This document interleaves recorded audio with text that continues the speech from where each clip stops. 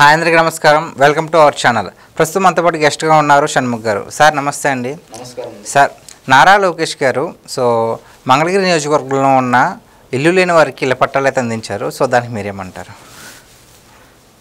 Telugu Desam party దాదాపు 30 సంవత్సరాల చరిత్రలో ఎప్పుడు గెలవనటువంటి నియోజకవర్గం మంగళగిరి నియోజకవర్గం.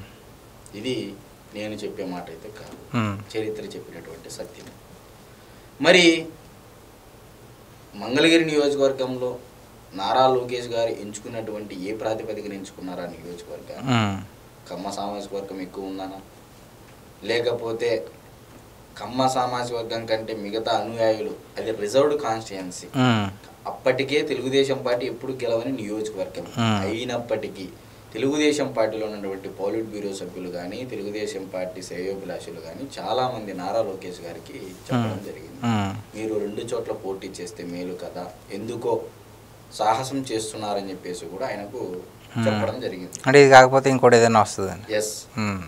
మరి మంగళగిరి పార్టీ అంటే మంగళగిరి నియోజకవర్గంలో ఉన్నటువంటి తెలుగుదేశం పార్టీ శ్రేణులపైన కార్యకర్తలపైన నమ్మకం ఉంచి జగన్మోహన్ రెడ్డి గారి యొక్క హయాంలోనే 5 ఏళ్ల పాటు తన సొంత డబ్బులతో ఇంటింటికి తిరిగి చేయడం జరిగింది. సరే, మరి ఇప్పుడు మెజారిటీ అయితే చూడాలి. మరి ఇప్పుడు కంపారిటివ్ ఎక్కువగా నారా లోకేష్ గారికి జగన్మోహన్ రెడ్డి గారికి జరుగుతూ ఉంది కాబట్టి మరి జగన్మోహన్ రెడ్డి గారి యొక్క మెజారిటీ 60,000, 61,000 పై చిలుకు. నారా లోకేష్ గారి యొక్క మెజారిటీ ఎంత? 91,000 పైన మెజారిటీ.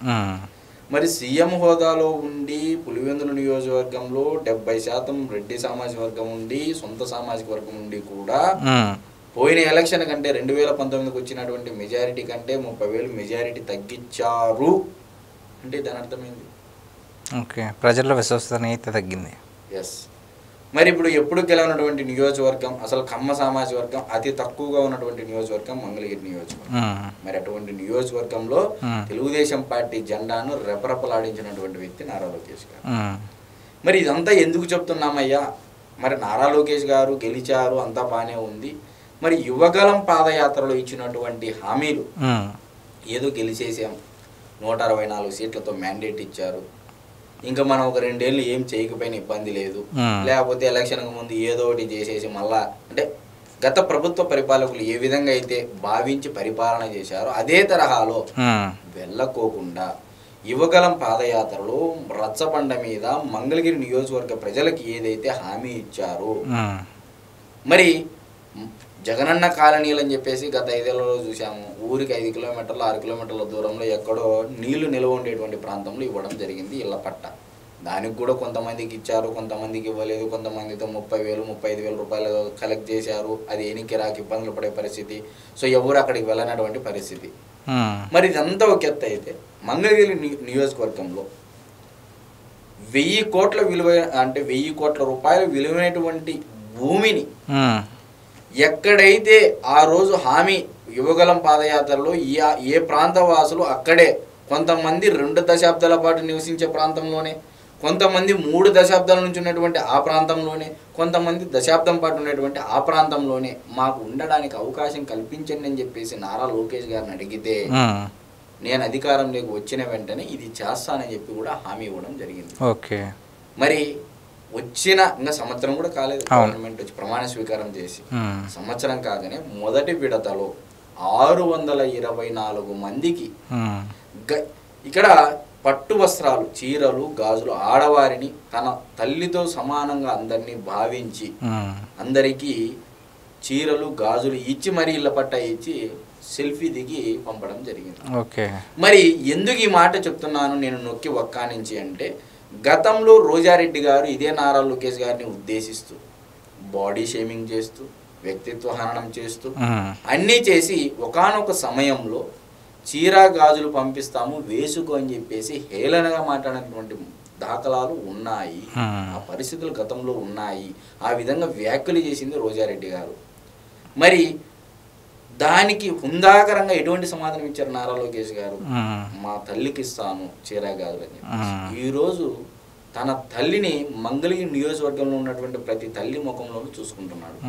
ఇళ్ళ పట్టా ఇచ్చి, చీరలు ఇచ్చి, గాజులు ఇచ్చి, నక్కకు నాగలోకానికి ఉన్నంత తేడా ఉంది. గత ప్రభుత్వానికి ఈ ప్రభుత్వానికి. అందులో అతి ముఖ్యంగా నారా లోకేష్ గారు చేపట్టేటువంటి కార్యక్రమాలు.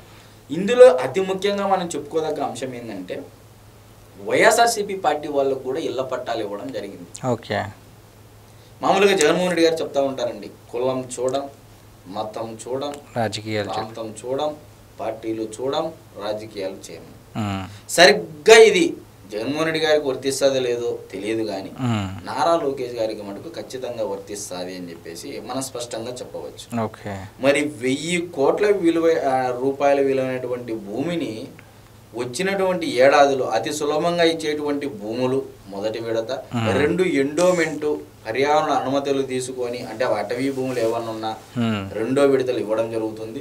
3వ విడతలో ఆ టైం బౌండ్ కూడా చెప్పడం జరిగింది. దీనికి ఇంత ప్రాసెస్ టైం పడుతుంది. ఒకవైపు పర్యావరణ అటవీ శాఖ మంత్రి అయినటువంటి ఎవరు పవన్ కళ్యాణ్ గారి అనుమతి తీసుకోవాలి, అటు నారా చంద్రబాబు నాయుడు గారు వారితో చర్చించి వారి ఆదేశాల మేరకు పనిచేయాల్సి ఉంటుంది.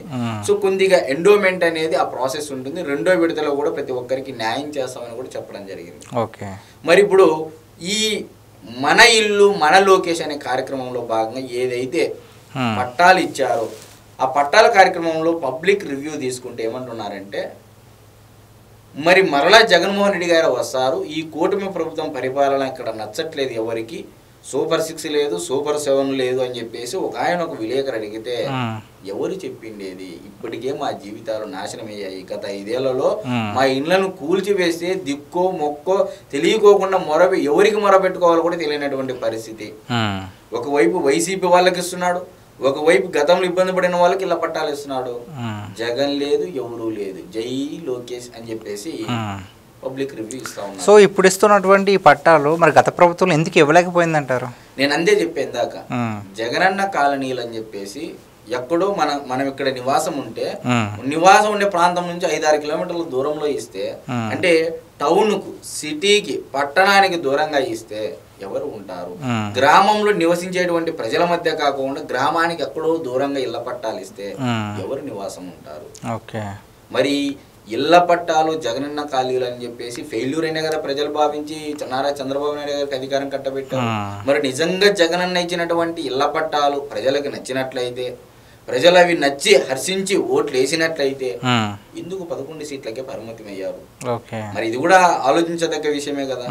సో ఫైనల్ గా నేను చెప్పేది ఏంటంటే, మన ఇల్లు మన లోకేష్, మంగళగిరి అడ్డా లోకేష్ అడ్డా. ఇక నుంచి ఇక్కడ ఇంకా ఈ నియోజకవర్గంలో తెలుగుదేశం పార్టీ జెండా మాత్రమే రెపరెపలాడుతుంది అనే విధంగా పబ్లిక్ రివ్యూస్ ఇవ్వడం జరిగిందండి.